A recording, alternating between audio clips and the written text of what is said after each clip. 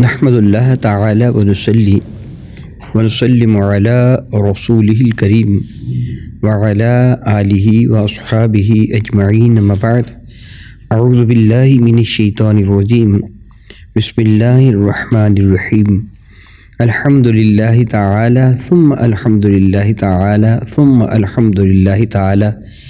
رب ذوالجلال کا احسان و کرم کہ آج آپ اپنا سبق شروع کریں گے سورہ آل عمران شیفہ کے 135 نمبر آیت شیفہ سے آگے۔ ملاحظہ کیجیے گا، اعوذ باللہ من الشیطان الرجیم بسم اللہ الرحمن الرحیم اولئک جزاؤہم مغفرۃ من ربہم وجنات تجری من تحتہا الانہار جنات تجری من تحتها الانہار خالدین فیہا ونعم اجر العاملین۔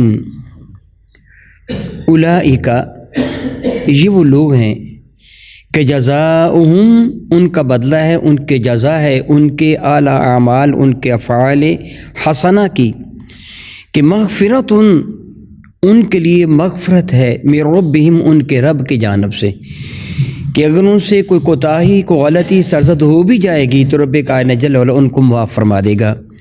وجنات تجری من تحتہا الانہار، اور ان کے لیے وہ جنتیں ہیں، وہ باغات ہیں، ان کے لیے وہ جنت ہے کہ تجری من تحتہا الانہار، کہ جن باغات میں یعنی جن درختوں کے نیچے نہریں بہہ رہی ہیں، خالدین فیہا وہ اس میں ہمیشہ ہمیشہ رہیں گے۔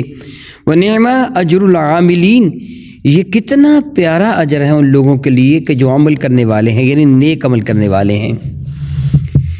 اس آیت مبارکہ کے حقیقی مفہوم کو سمجھنے کے لیے آپ کو پچھلی آیات مبارکہ ذہن میں رکھنا ہوں گی۔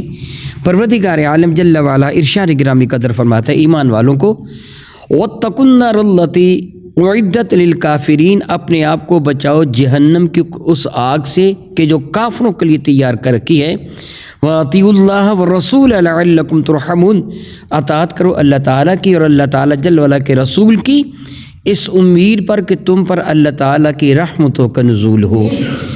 وَسَارِعُوا إِلَىٰ مَغْفِرَةٍ مِّن رَبِّكُمْ، اور دوڑو، کوشش کرو، سرعت کے ساتھ چلو، دوڑو اس مغفرت کی جانب جو تمہارے رب کی جانب سے ہے۔ وَجَنَّةٍ، اور اس جنت کی جانب دوڑو، أَرْضُهَا السَّمَاوَاتُ وَالْأَرْضُ، کہ جس کی چوڑائی زمین و آسمان کے برابر ہے۔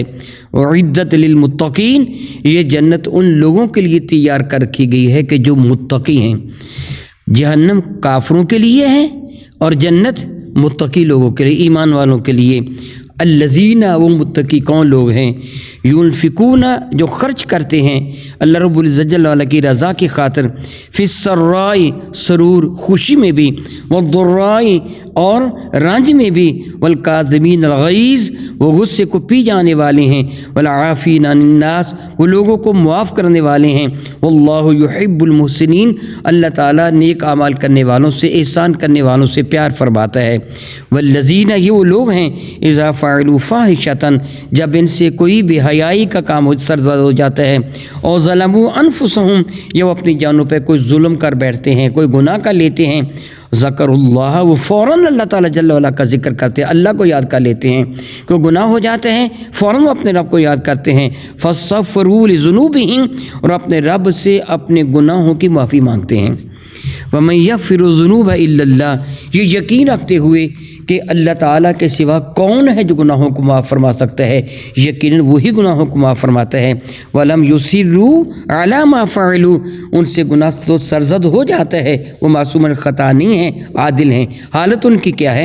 وَلَمْ يُصِرُّوا عَلَىٰ مَا فَعَلُوا، جو وہ فعل برائی کا کبھی کر لیتے ہیں تو اس پر وہ اصرار نہیں کرتے، ضد نہیں کرتے، اڑ نہیں جاتے، تسلسل برقرار نہیں رہتا، یہ نہیں کہ تسلسل کے ساتھ وہ گناہ کیے چلے جاتے ہیں۔ وَهُمْ يَعْلَمُونَ، اور وہ جانتے ہیں کہ ایک گناہ پہ اڑنا مناسب نہیں، وہ گناہ کوتاہی ہو جاتی ہے، فوراً توبہ کر لیتے ہیں، فوراً توبہ کر لیتے ہیں۔ ان صفات عالیہ کے حامل لوگوں کے لیے کیا ہے؟ یعنی جن کا تذکرہ آپ نے ابھی ان آیات مبارکہ میں سنا، ان کو پروردگار عالم جل وعلا کے حضور کیا ملے گا؟ میرا اللہ فرماتا اولئک، یہی وہ لوگ ہیں کہ جزاہم مغفرۃ، ان کا بدلہ یہ ہے کہ ان کے گناہوں کو معاف فرما دیا جائے۔ کیونکہ ان کی حالت کیا ہے جو آپ قبل عزیز سن چکے ہیں. کبھی گناہ سرزد ہو جائے میرے اور آپ کے کریم آقا حضور رحمت عالم صلی اللہ تعالیٰ علیہ وآلہ وسلم کے ایک ارشاد گرامی قدر کا یہ مفہوم بنتا ہے.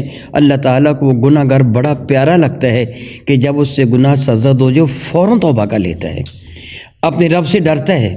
یعنی گناہ کا سرزد ہو جانا کچھ اتنے تعجب کی بات نہیں ہے. معصوم الخطا وہ مخصوص ذوات مقدسہ ہیں کہ جن کو پروردگار عالم نے براہ راست اپنی حفاظت پہ لے رکھا ہے. باقی عمومی طور پر لوگ گناہ گار ہیں، تو وہ گناہ گار اللہ تعالیٰ کو بڑا پیارا لگتا ہے کہ اگر اس سے کوئی گناہ سرزد ہو جائے وہ فوراً توبہ کرتا ہے.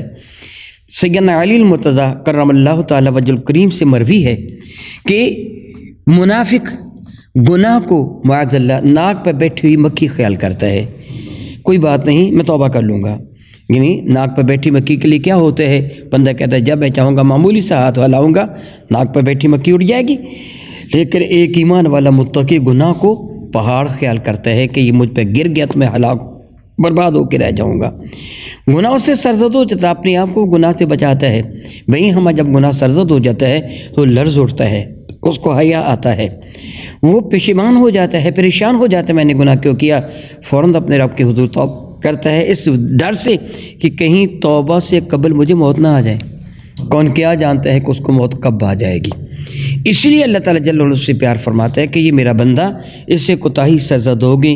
ابلیس لعین نے اس کو ورغلایا، اس سے گناہ ہو گیا تو اس سے فوراً توبہ کر لی ہے کہ اس ڈر سے کہ کہیں مجھے موت نہ آ جائے. اور یقین کیا رکھتے ہیں؟ میرا رب گناہوں کو معاف فرمانے والا ہے. اس کو اپنے رب پر یقین کامل ہے، اور یہ ایمان کی دلیل ہے اپنے رب کا ڈر ہونا اور اس کی بخشش اور رحمت پر امید کامل رکھنا. رب کریم فرماتا ہے ان کو وہ جنتیاں عطا کی جائیں گی. جنت کا معنی باغ ہوتا ہے جس کے گرد گرد چار دیواری بنی ہوئی ہو. جنت سے مراد اللہ رب العزت جل وعلا کے وہ باغات ہیں جو پروردگار عالم نے ایمان والوں کے لیے، جس طرح آپ قبل سن چکے ہیں کہ عدت للمتقین، جو متقی لوگوں کے لیے اللہ تعالیٰ نے باغات تیار فرما رکھے ہیں. اولئک جزاؤہم مغفرۃ من ربہم، یہ وہ لوگ ہیں جن کو ان کے رب کی جانب سے بخشش کی جزا ہے، بدلہ ہے. وجنات تجری من تحت الانہار، اور وہ جنتیں ہیں کہ جن کے نیچے نہریں بہتی ہیں. خالدین فیہا، ایک دو دن کے لیے نہیں، 15-20 دن کے لیے نہیں، سال 2 سال 100-200 سال 1000-2000 سال کے لیے نہیں. خالدین فیہا، ہمیشہ ہمیشہ ان کو ان جنتوں میں رکھا جائے گا. موت پھر کبھی آئے گی ہی نہیں، موت کو خود موت آ جائے گی. پھر وہ ایمان والے ہمیشہ ان جنتوں میں عیش و آرام کریں گے. دنیا کا قاعدہ ہے کہ ایک آدمی کچھ عرصہ تک ایک طرح کے آرام میں رہتے ہیں تو پھر اس کا جی چاہتا ہے اس میں کچھ تبدیلی ہو جائے، کچھ تغیر ہو جائے، بدل جائے. ہمیشہ سردی برداشت نہیں کر سکتا، ہمیشہ گرمی برداشت نہیں کر سکتا، ہمیشہ بہار برداشت نہیں کر سکتا. محلات میں رہنے والے، مکانات، بڑے پیارے پیارے مکانات میں، بنگلوں میں رہنے والے، ان کو شوق چراتا ہے، وہ جنگل بیابان میں جا کر خیمہ لگاتے ہیں، کہتے ہیں انجوائے کرنے کے لیے جا رہے ہیں. وہ جنگل بیابان میں خیمہ، یعنی ایک ہی طرح کی عادت ایک آدمی مسلسل وہ اپنانا اس کے لیے کچھ مشکل ہو جاتا ہے. وہ چاہتا ہے کبھی اس میں تبدیلی آ جائے. جنت کی نعمتوں سے کو بندہ کبھی اکتائے گا ہی نہیں. وہ نعمتیں اتنے تسلسل، اتنے پیارے انداز میں ہوں گے، کبھی ان سے اکتائے گا نہیں. ہمیشہ اس کو خوشی ہی خوشی محسوس ہوتی رہے گی، ہمیشہ ہمیشہ ان میں رہے گا. وہ نعمہ اجر العاملین، سبحان اللہ، کتنا پیارا اجر ہے ان لوگوں کے لیے کہ جو عمل کرنے والے ہیں، نیک عمل کرنے والے ہیں.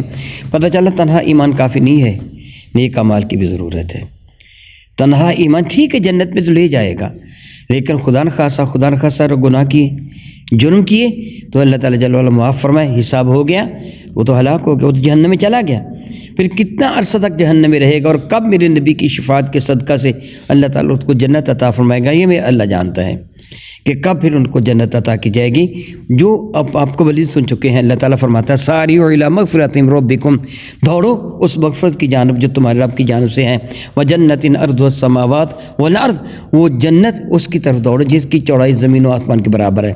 یعنی اپنے آپ کو گناہ سے بچاؤ. عالم کیا ہونا چاہیے؟ ادھر تمہاری آنکھیں بند ہوں، ادھر جنت کا دروازہ کھلا ہو. مزے کی بات تو یہ ہے نا، مزے لطف کی بات تو یہ ہے، اس لیے کوشش کرو جنت پہ جانے کی، یعنی اپنے رب کو مراد یہ ہے کہ راضی کرنے کی۔